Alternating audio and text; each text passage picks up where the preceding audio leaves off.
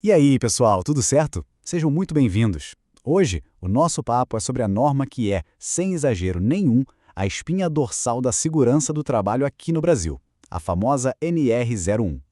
E olha, não importa se você já é da área ou se está naquela maratona de estudos para concurso, dominar a NR01 não é só importante, é o ponto de partida de tudo, é o alicerce.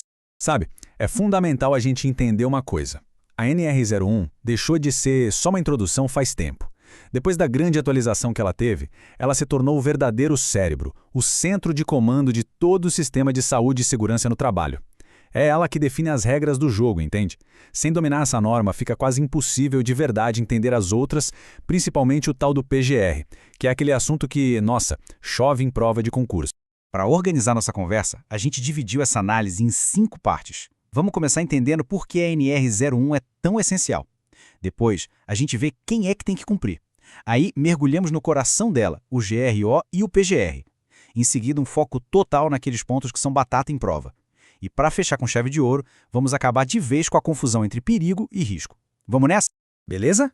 Começando pelo começo. Seção 1. Vamos entender o que faz da NR01 a norma essencial e qual é o lugar dela na hierarquia toda de leis e regras de segurança do trabalho. Então a NR01 é o que a gente chama de norma geral, ou seja, ela é a base para todo mundo, para todas as atividades. Mas e quando tem um conflito com uma norma mais específica, tipo a NR18, que é só para construção civil? Aí a regra é clara, a norma setorial, por ser mais específica, vai prevalecer naquele ponto de conflito. Mas atenção, as diretrizes gerais da NR01 continuam valendo para todo o resto, ok? Certo. Entendido que ela é a base. Mas quem exatamente precisa seguir o que ela diz? Essa é uma dúvida super comum e, claro, uma pergunta que as bancas de concurso adoram. A resposta é bem ampla, praticamente todo mundo. Isso aí inclui empresa privada, pública, órgão do governo, até os poderes legislativo e judiciário. A regra de ouro, aquela para anotar e não esquecer mais, é a seguinte.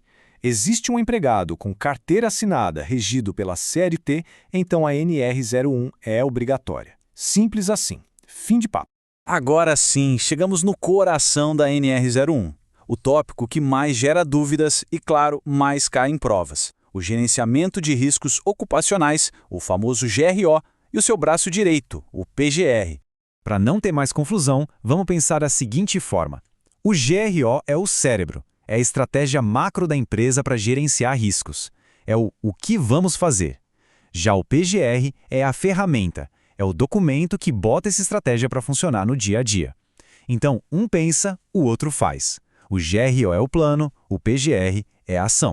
E o que um PGR precisa ter no mínimo dos mínimos? Isso aqui é fundamental, pessoal. Todo PGR obrigatoriamente tem que ter 2 documentos. Primeiro, o inventário de riscos, que é basicamente um mapa de tudo que pode dar errado. E segundo, o plano de ação, que é o GPS, dizendo exatamente como a empresa vai lidar com cada um desses riscos. Agora, uma sessão especial para quem está focado em concurso. Vamos falar daqueles detalhes, daquelas pegadinhas que as bancas examinadoras adoram usar para testar quem está realmente atento. Pergunta clássica: de quanto em quanto tempo o PGR tem que ser reavaliado?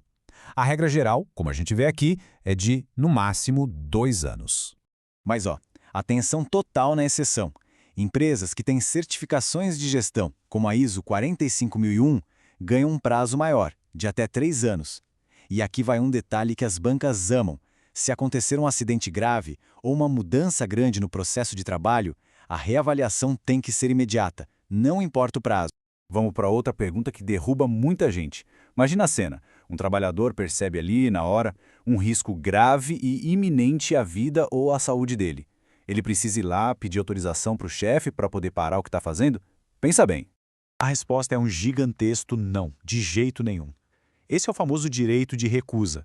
O trabalhador tem o direito e o dever de parar a atividade na hora, por conta própria. A única obrigação dele é comunicar ao superior hierárquico imediatamente. A banca vai tentar te enrolar, vai dizer que precisa de autorização, não caiam nessa pegadinha, pelo amor de Deus. E as pequenas empresas como ficam?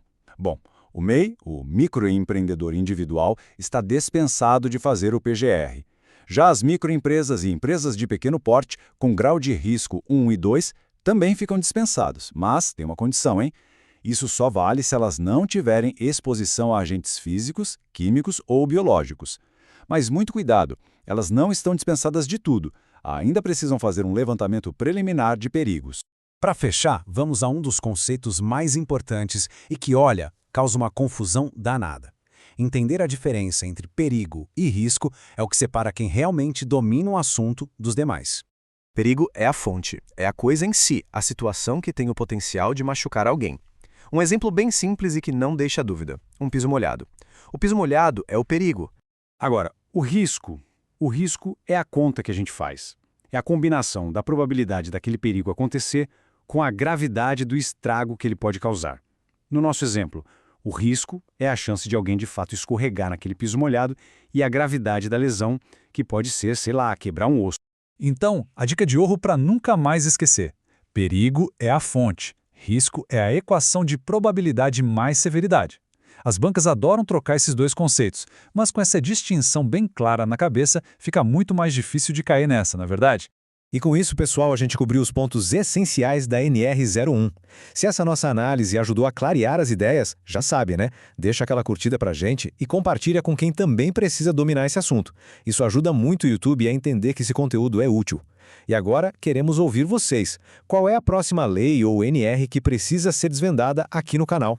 Deixa sua sugestão aqui nos comentários. Um grande abraço e até a próxima!